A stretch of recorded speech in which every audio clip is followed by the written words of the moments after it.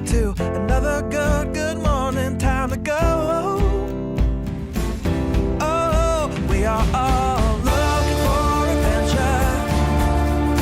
We are all looking for adventure. We are all. Welcome back to the 3x5 Live podcast. On this podcast, we talk about mindset, mindfulness, productivity, everything self-development. We have recently come home from our hiatus in Florida to cold and gray Pennsylvania. But It was freezing rain on the day of our return. Yes. It's all right. We're thankful and grateful for the past 6 Yes, months. for our time there and having a home to come back to. And this week, we're going to talk a little bit about that trip, but really my word of the year, which I think I shared on this podcast in early January, is light. So I want to feel light in my body and my soul, and also light in business, light in my relationships.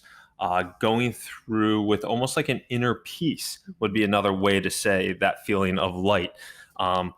Besides just like, hey, am I eating lighter foods? Mm-hmm. So just an overall inner peace of lightness. That was a lot of the word light in there. Yeah, it's all right. I actually had this word of the year a couple of years ago. Yours was different. Mine was different though. It was a different form of the word light, where it was like shining my light and making sure that I bring light. But this is more of like, I feel it's like getting rid of the clutter and like minimizing and just making sure that everything in your world is streamlined so that you feel physically lighter. There we go. We're just going to keep unpacking the word light for the rest of this podcast. So this was really this word or this state of being that I really wanted to hone in on this year has really been challenged in the last 6 weeks. And it shows how having a word of the year can be very powerful, and having this guiding principle, thank you, that I'm striving for. So 2 things happened kind of in our sphere over the last 6 weeks. One is a business opportunity was presented to me that would kind of really change the trajectory of my main business, how it's structured, how it's organized. There would be more upside from a dollar standpoint, but there might be more responsibilities and, more structure in my day, I'll say, than I'm used to right now. And, Jessie and I had long discussions about this, like, hey, is this the direction we want to go? Because I don't personally want to, yes, there's going to maybe more financial benefits, but do I really want to impact this feeling of lightness and freedom that we live in our life right now? Mm-hmm. So that was one area. And then the second area is we have 3 short-term rentals in St. Augustine, Florida. Mm-hmm. We bought our most recent one this past May, so it'll be a year this coming May. And my intuition was not to buy it. I was also telling him that my intuition and my gut was not to buy it. And that's something that we really rely on. Like a lot of times when we make our big decisions, we are very into just listening to what the universe is telling us and like kind of figuring out how the thought makes us feel. And usually when we're both in alignment to the feeling being good, we're like, all right, let's jump. And there was some hesitation with this from both sides. Correct. And Bryan. But here, I want to put a pin on the gut intuition. So I recently did this thing called the Culture Index, which is, I swear it's witchcraft. Because literally I just filled this Culture Index out, and then a specialist came on to kind of review my index and some other people on this call with him. And he like nailed me. But one of his things that he said is, I operate through my intuition and gut. And it's very, very strong and prevalent in me. And it was strong not to buy this house. And I still did. Sure did. And so long story long there, we had lots of issues when we first bought the house. A lot of issues that we had to overcome. And we did overcome those. Fast forward, we spent 6 weeks there starting in January. And we had a run-in with our neighbor that was toxic out of a horror movie. It was horrendous, absolutely horrendous. And I really struggled with this relationship, and it really got to me. My inner peace, my lightness was shattered. So much so that Jesse and I started talking about it, and we're now at the point where we're going to sell this house, Mhm. which is obviously a huge decision to make just because of having a toxic neighbor.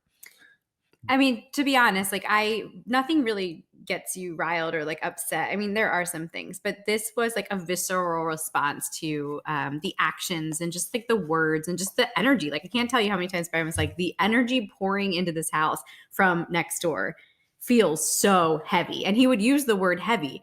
I started to feel it like, so it was counterintuitive to this goal of lightness. And that was like a guiding light. Like you said, going back to that word, if we didn't have that word of lightness, I don't think we would have the vocabulary to recognize just how impactful the energy from the situation was. And so making a hard decision and us kind of sitting back and recognize like, what's our options here, right? Do we sit with this? Because we knew that this wasn't just a temporary thing.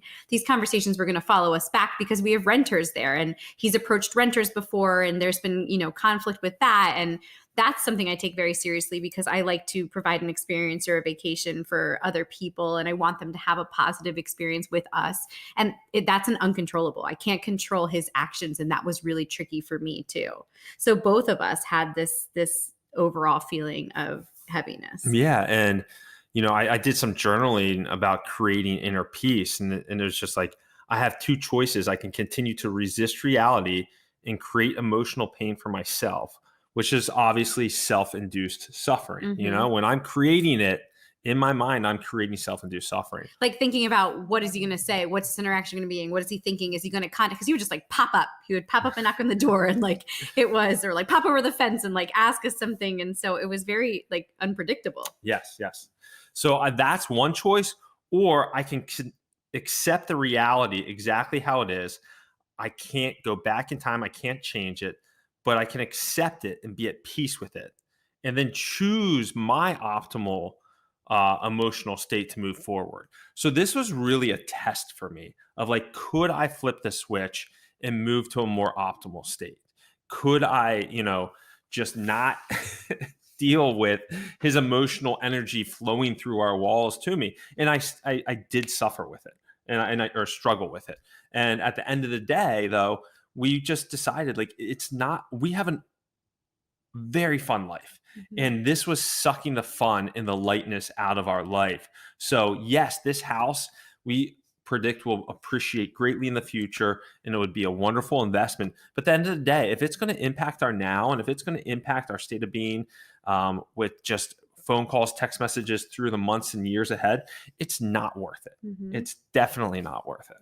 I think that's like the nugget here. And what we're trying to get across is if there's difficult times that are arising for you, and there's something that you find yourself being a part of over and over again that just feels like heaviness, or that there isn't an inner peace, or the situation around it, like that guttural feeling of like something's not right. A lot of times we stay in those moments. Yeah. We very hold on to it. Yes, because we're scared of change. Everybody's scared of change, and that fear that comes around that. And we were guilty of it too. We sat in it way longer than we needed to before we came to this conclusion. But I can tell you, the second we listed the house and put it on the market, both of us looked at each other and literally took like a deep breath. It just felt immediately like there was a sense of calm.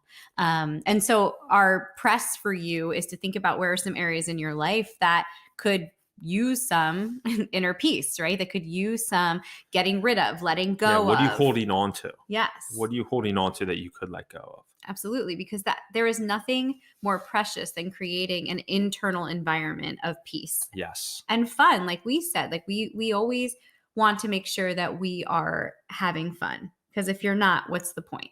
Exactly. So this has like been very top of mind for Jesse and I, obviously, over the last 6 weeks, and it's been pressing on our conscious, and it's been challenging our tools. Like, what tools do I have in my, my tools weren't as good as I thought during this situation. So I had to go out there and do some journaling, do some reading on the topic to work on creating inner peace when I am suffering or somebody from externally is impacting it. And side note, like as he was chewing on all of this, again, the universe will provide. It was so funny how many times, like we both listened to the Calm app to meditate, and the this quote that would pop up for Calm that day was all about creating an internal environment of peace and letting go of stress and like dissecting situations that are causing it. I feel like when you are searching for answers or tools to help support you in like a problem, and it's just something that's swirling, if you look for those guttural internal dialogues that present themselves, sometimes the answer is right there. So I guess there's like different pieces to this, right? Like that creating inner peace, but also following your intuition and gut and being open to opportunities to find solutions to problems. Yep, exactly. So that was a very random, all over the map podcast. Right. I told Bryan to put bullet points down about what he wants to talk about, and he had 2 bullet points with 1 word each. It said business and Florida. So this is what you got. Yes. All right, we guys. hope you have an awesome week. Take care. Right, bye. See ya. We are all